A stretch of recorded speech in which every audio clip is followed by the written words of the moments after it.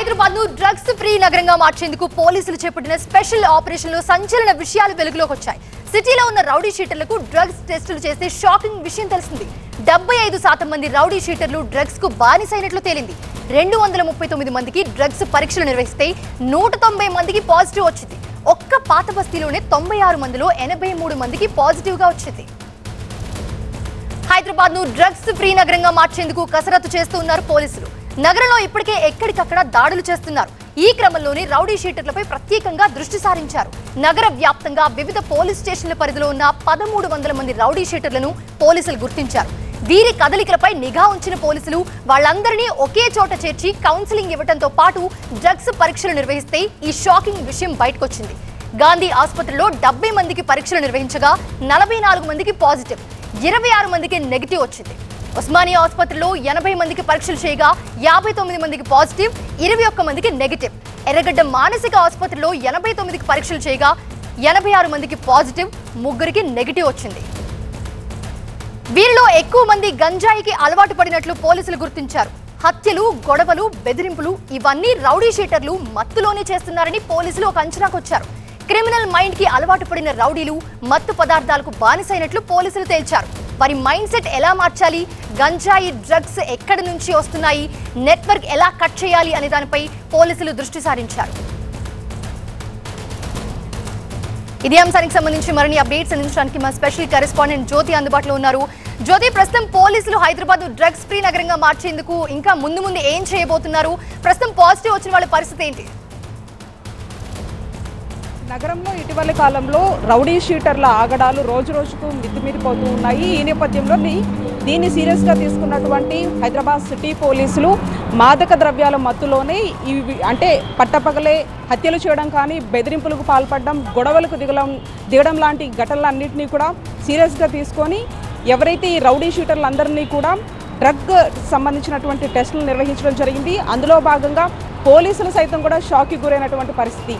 75% rowdy షీటర్లు గాంజాయికి అలవాటు పడ్డారు. అంతేకాకుండా ఇతర మాదక ద్రవ్యాలకి అలవాటు పడి ఈ విధంగా పట్టపగలే బెదిరించడంతో పాటు ఇతర అసాంఘిక కార్యకలాపాలు చేస్తూ ఉండడంతో లోకల్గా ఉన్నటువంటి పోలీసులు, నార్కోటిక్ బృందంతో పాటు టాస్క్ ఫోర్స్ పోలీసులు ఈ యొక్క దాడులు నిర్వహించారు. ఈ దాడుల్లో భాగంగా మొత్తం సిటీ కమిషనరేట్ పరిధిలో దాదాపు 72 పోలీస్ స్టేషన్లు ఉంటే 1300 పైగా కూడా రౌడీ షీటర్లు ఉన్నారు. అందులో భాగంగా ఎవరైతే ఈ డ్రగ్స్కి సంబంధించినటువంటి బానిసలుగా మారినటువంటి కొంతమంది లిస్ట్ని, దాదాపు 250 మంది ఉన్నటువంటి రౌడీ షీటర్ల లిస్టుని ఒకటి ప్రిపేర్ చేయడం జరిగింది. అందులో భాగంగా 239 మందిని పోలీసులు ఈ యొక్క డ్రగ్ సంబంధించినటువంటి టెస్టులు నిర్వహిస్తే 189 మందికి పాజిటివ్ రావడం జరిగింది. అయితే వీళ్ళని అందరినీ కూడా ఆయా పోలీస్ స్టేషన్లో, ఆయా జోన్లో ఉన్నటువంటి వాళ్ళకి నార్కోటిక్ బృందం వాళ్ళని అప్పగించడం జరిగింది. వాళ్ళని న్యాయమూర్తి ఎదుట హాజరుపరిచిన తర్వాత కౌన్సిలింగ్ చేసి ఆ తర్వాత డి అడిక్షన్ సెంటర్కి వాళ్ళకి పంపిస్తారు. అయితే ప్రధానంగా ఈ రౌడీ షీటర్లకి ఈ యొక్క మాదక ద్రవ్యాలు ఎక్కడి నుండి వస్తున్నాయి, దీని వెనక ఉన్నటువంటి ప్రధాన నెట్వర్క్ ఏంటి, అంతేకాకుండా వీళ్ళు డ్రగ్స్ తీసుకున్న తర్వాత వీళ్ళు ఎవరికి విక్రయిస్తున్నారనే దానికి సంబంధించి కూడా ఆ యాంగిల్లో కూడా ఇన్వెస్టిగేషన్ చేస్తామంటూ కూడా task force DCP Vaibhav Gaikwad చెప్తూ ఉన్నారు. అంతేకాకుండా ఇది ఒక్కరోజు చేసేటటువంటి దాడులు కాకుండా నిత్యం ఇలాంటి దాడులు కొనసాగుతాయని చెప్తున్నారు. ఎందుకంటే నగరంలో అంటే చాలా వరకు ఇటీవల కాలంలో జరిగినటువంటి కొన్ని ఘటనలు చూసుకుంటే పట్టపగలే రోడ్ల మీద హత్యలు చేయడము, అంతేకాకుండా బెదిరింపులకి పాల్పడము, ఇలాంటి ఘటనలు నేపథ్యంలో కూడా స్థానికంగా ఉన్నటువంటి వాళ్ళంతా కూడా భయభ్రాంతులకు గురవుతున్నారు.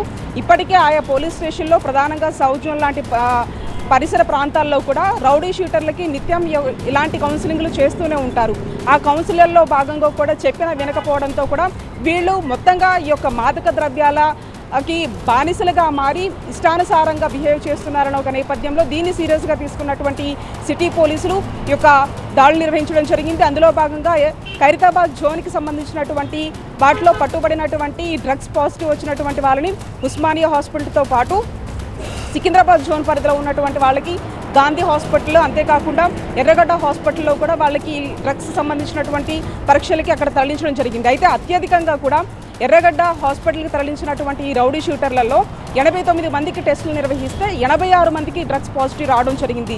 దీన్ని బట్టి అర్థం చేసుకోవచ్చు, సుమారు 75% సంబంధించినటువంటి ఈ యొక్క రౌడీ షూటర్లంతా మాదక ద్రవ్యాలకి బానిసలుగా మారి ఈ విధంగా హత్యలు చేయడము, బెదిరించడం లాంటివి జరుగుతున్నాయని చెప్పేసి పోలీసులు దీన్ని చాలా సీరియస్గా తీసుకున్నారు. అంతేకాకుండా ఎవరైనా సరే ఇలాంటి అసాంఘిక కార్యకలాపాలకు ఎవరైనా పాల్పడితే వాళ్ళని ఉపేక్షించేది లేదు, దాని ప్రకారంగా చర్యలు తీసుకుంటామని చెప్తున్నారు. వీళ్ళందరికీ కూడా ఎన్డీపీఎస్ యాక్ట్ కింద కేసు నమోదు చేయడం జరిగింది. ఆ తర్వాత వీళ్ళని డిఅడిక్షన్ సెంటర్ని కూడా కొంతమంది రౌడీ షూటర్లు కూడా తరలించినట్టుగా తెలుస్తోంది.